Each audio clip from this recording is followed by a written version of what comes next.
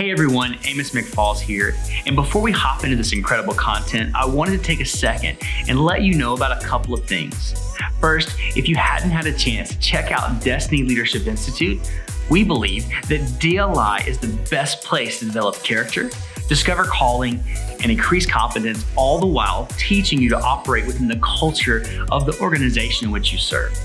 DLI is completely online, which gives you the ability to study while you serve in the local church. If you or someone you know is interested in taking the next step in your leadership, Destiny Leadership Institute is the perfect solution. Also, each year Destiny Ministry hosts a conference for our entire Destiny family called The Gathering. This year, The Gathering will be held at Christ Church in West Monroe, Louisiana on June the 22nd through the 24th. We would love for you to join us there. Always remember that you can access any information about DLI, The Gathering, or anything else Destiny at destinyleaders.com.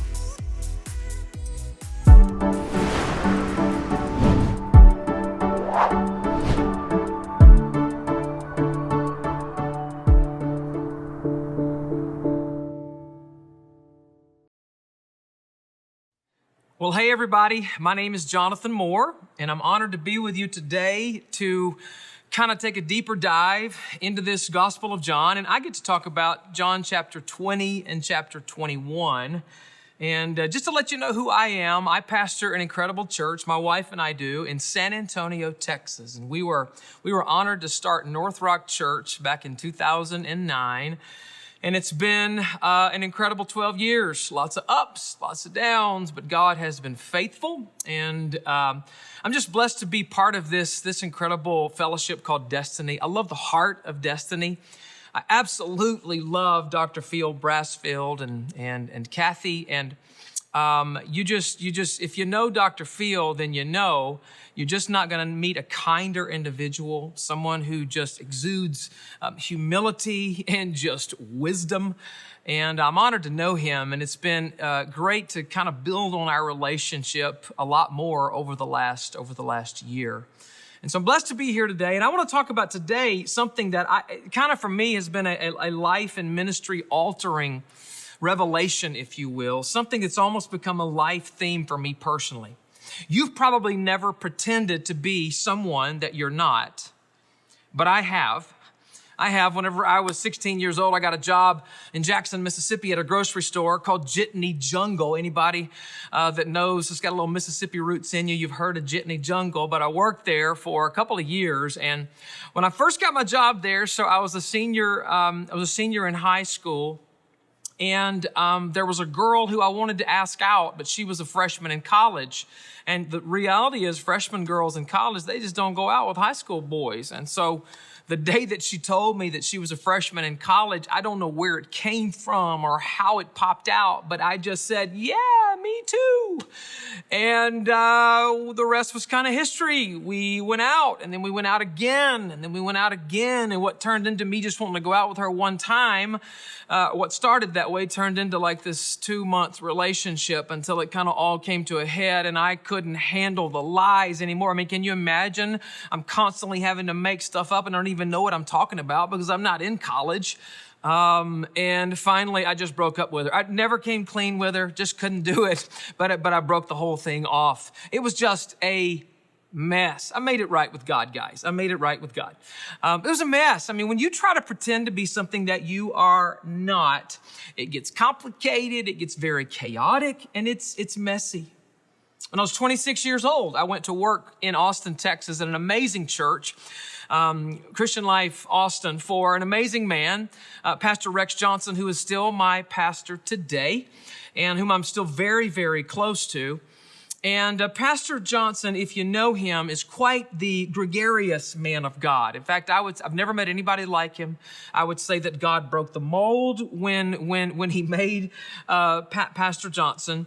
This was my third ministry stop. And to be honest with you, the first two stops I had been in, I sat under pastors who were kind of like me. They were a little bit more introverted, if you will, not quite as outgoing as Pastor Johnson. So up until Austin, I actually felt pretty good about my personality, and I felt like I was quite likable and very approachable. And now enter Pastor Rex Johnson, Mr. Congeniality himself. He's jovial, he's charismatic, he's brilliant, he's successful, he's unforgettable. He walks into a room, he takes over the room, he lights up the room, he's lovable. Everybody thinks they are his best friend. Contrast me, an introvert, somewhat boring, really. I don't really talk to strangers. I mean, like my parents taught me that when I was a kid, and I still kind of follow those rules today. Don't really talk to strangers. I'm quite forgettable. When I walk into the room, people don't even know that I'm there. I've introduced myself 8, 10, 12 times to the same people. You know what I'm talking about? Like you, yeah, I met you last week. Yeah, we actually met yesterday. People don't remember, I just don't have that impression that I make on people. And I gotta be honest with you, a few months into my 10 years there in Austin, I encountered a pretty significant identity crisis. I did. Like, I just really started to feel, I hope I can say this, I started to feel like I sucked. Because I looked at Pastor Johnson and how he met with people, how he connected with people, and I knew that I was just nothing like that. So I actually had made feeble attempts to try to be more like him. I mean, clearly this is how you build a church. This is how you do it, right? I mean, he's doing it.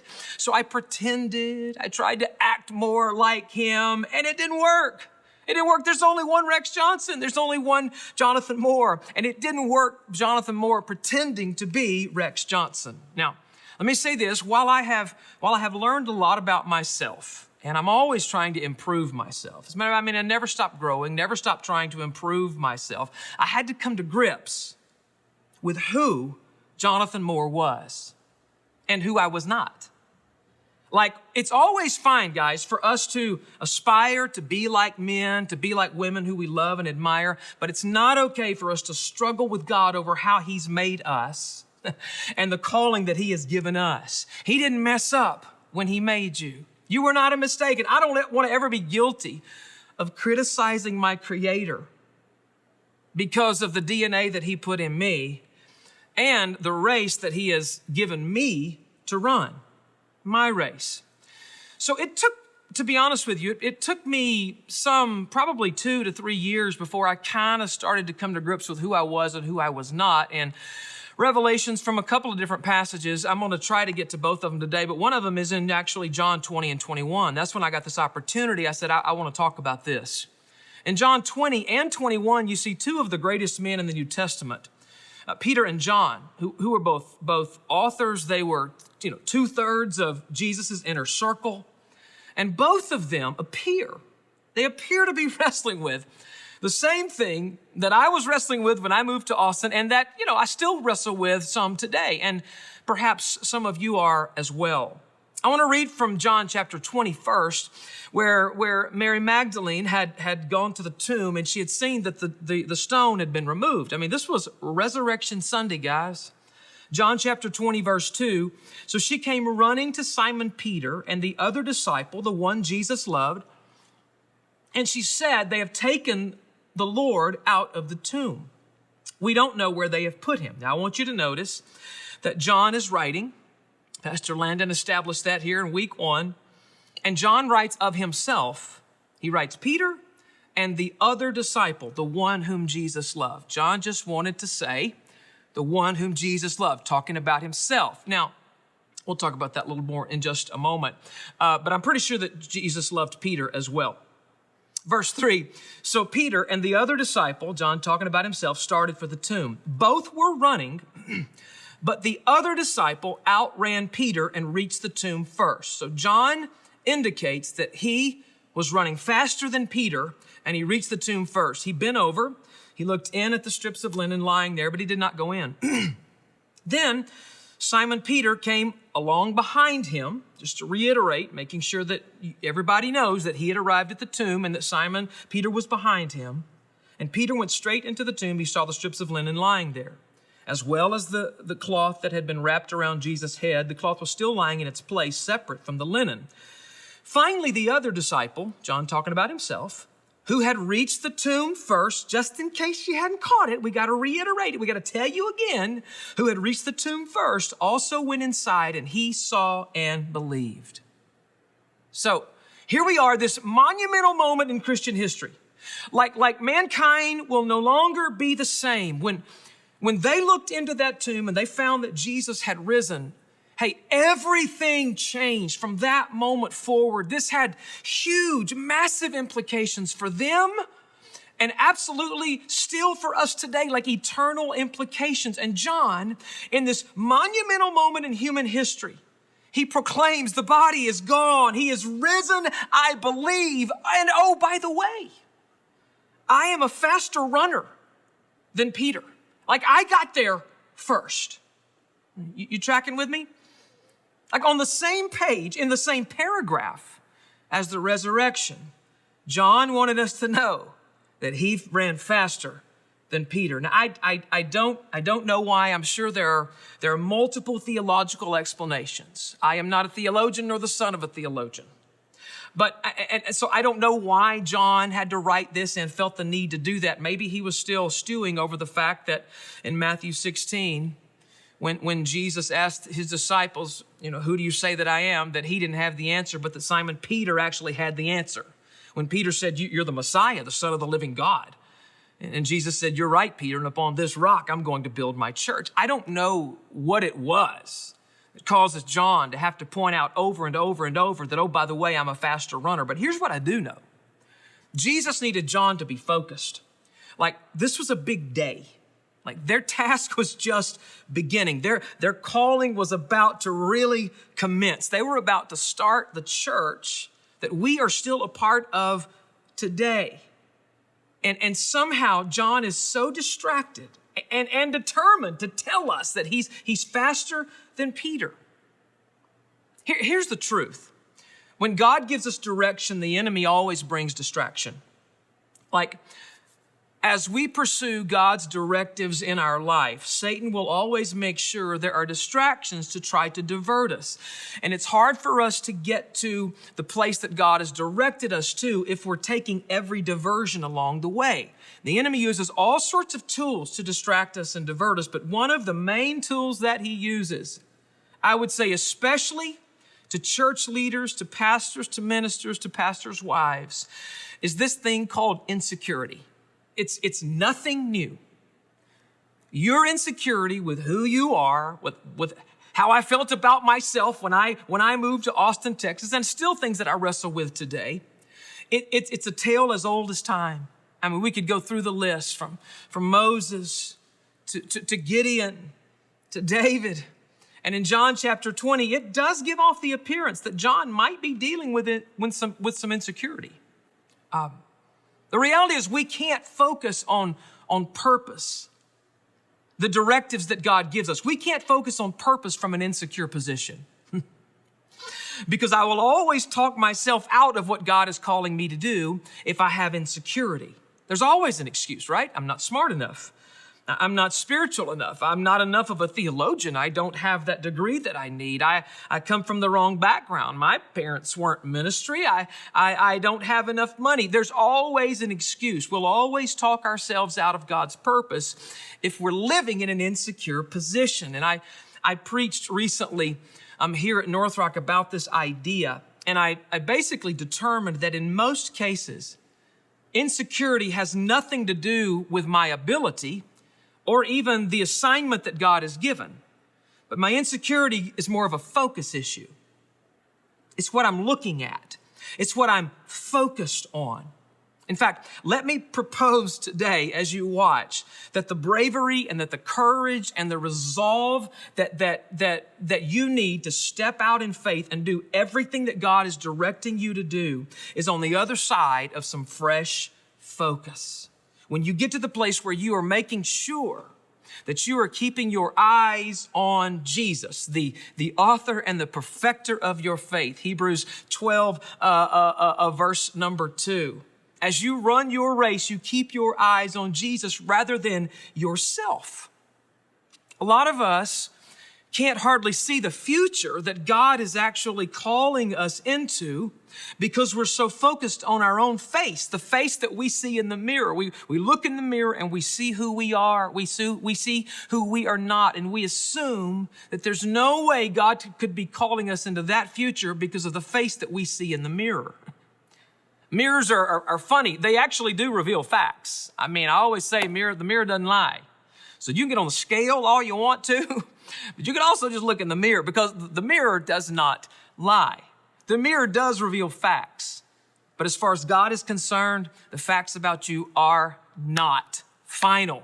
They are not final. And the facts about you have nothing to do with the future that he is calling you into. And if we're not careful to get our eyes off of the mirror, we can mistakenly measure our divine purpose against what we see in ourselves. And I'll always talk myself out of my calling. Insecurity is a dangerous, dangerous diversion that the enemy always brings in our life when God gives us directions. In fact, on that note, I want to continue to John chapter 21 because John clearly is not the only disciple who's distracted here. And in John 21, this is, of course, after Jesus has resurrected and he appears to them at the Sea of Galilee, and they have this massive miracle of catching more fish than they can even handle. In John 21, verse 17, watch this. Jesus is talking to Peter. Peter, do you love me? In verse 17, he says, the third time he said to him, Simon, son of John, do you love me? Peter was hurt. So his feelings are hurt because Jesus had asked him a third time, do you love me? He said, Lord, you know all things. You know that I love you. And Jesus said, feed my sheep.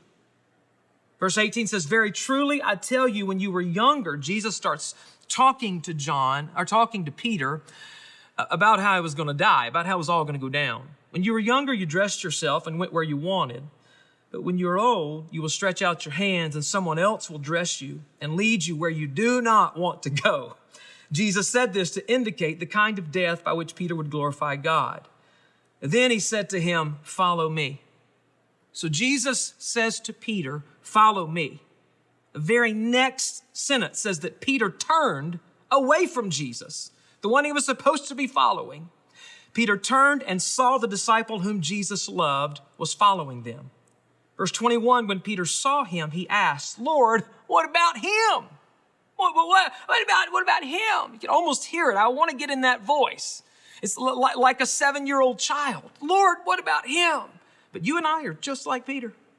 We are just like this. Jesus answered, if I want him to remain alive until I return, what is that to you? You must follow me. You must follow me. So Peter and John have the same problem.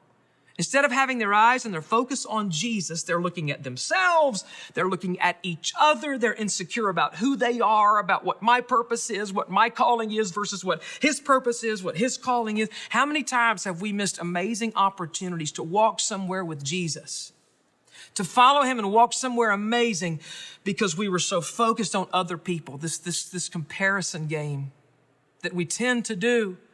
You can pretend as if you don't ever get caught up in this, but come on.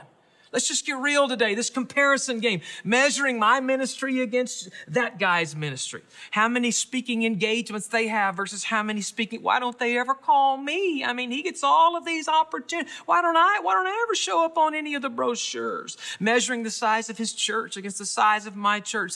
His social media influence over my social media influence. How many followers and likes he gets on Instagram and whatnot. When the writer of Hebrews chapter 12, verse 1 said, since we are surrounded by such a great cloud of witnesses, let us throw off everything that hinders. Throw it off. That insecurity, the comparison game, and the sin that so easily entangles, and let us run with perseverance the race marked out for us. I want to run with perseverance my race. My race is not your race. Your race is not my race. God has called Jonathan Moore to run Jonathan Moore's race, to stay in my lane. And the problem is, if I get out of position, if I get in your lane, if I play out of position, I can miss my purpose. My son is a quarterback. High school football plays quarterback. He's a quarterback. He's a good one. He's not a defensive end. He's not a defensive. If he got out of position and tried to play defensive end, it would be ugly. It would be ugly. It would not turn out well. He'd get thrown all over the place. It would not turn out well. As long as he stays in his lane. And ladies and gentlemen, we got to stay in our lane. God gives me grace to run my race, not your race. He gives me grace to run my race. Genesis chapter 32, you know the story of Jacob and Esau. Jacob had pretended to be Esau his entire life. He pretended to be someone that he was not. Tried to dress like him, talk like him, smell like him across the board. He pretended to be something that he was not. And it's all come to a head, and now he's wrestling with the angel the night before he going to have an encounter with Esau. And he tells the angel, I'm not going to let you go until you bless me. And you know as well as I do what the man asked Jacob while he was wrestling with him. He said, what is your name? And like in this moment, like Jacob's fate was just like hanging in the balance. He'd been pretending to be Esau, pretending to be something else his entire life. And God could not anoint, God could not bless who he pretended to be. So in this moment, he answers, my name is Jacob. My name is Jacob. No more pretending. No more trying to be something or someone my name is Jacob. And the moment that Jacob embraced who he was, God showed him what he could be. Now that you've come to the realization of this is who you are, let me show you what I can do with your life. And from that moment on, in Jacob's life, everything turned around. Just last weekend, man, I was studying on a Sunday morning. I had preached already on Saturday night. We have Saturday night and then 2 Sunday mornings right now. And I'd already preached a sermon on Saturday night, so I was just kind of going back over it on Sunday morning. And I was in my prayer time.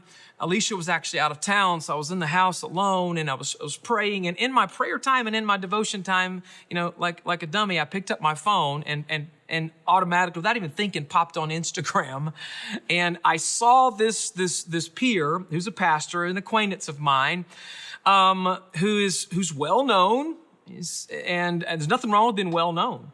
And has got a great church, an author himself, and he's posting pictures with a famous individual because it was that person's birthday. And I immediately thought, it kind of churned me, kind of made me just a little bit, because I was like, how has he got all these pictures with this dude, with this man? Like, he's posting pictures from all over the place with this very famous individual. I'm like, how has he got how does he know this person? And these are the kind of things that cause you to feel bad about who you are and yourself. And immediately, I'm studying to preach, guys. Immediately, God grabs me by the chin and is like, Jonathan, he's got his race. You got your race. The people that I've called you to preach to this morning at NorthRock Church in San Antonio, Texas, the people who are hurting, the people who are broken, the people whose marriages are on the rocks, the teenage girls who are wrestling with suicidal thoughts, the young adults who are broken, life's already broken them, the people who are divorced and they don't feel like they can ever love again. All of these people, do you think they care about this dude that's frustrating you right now? Do you think that they care who he is, what his name is, or who he's taking pictures with, or how many people are following him on Instagram? No.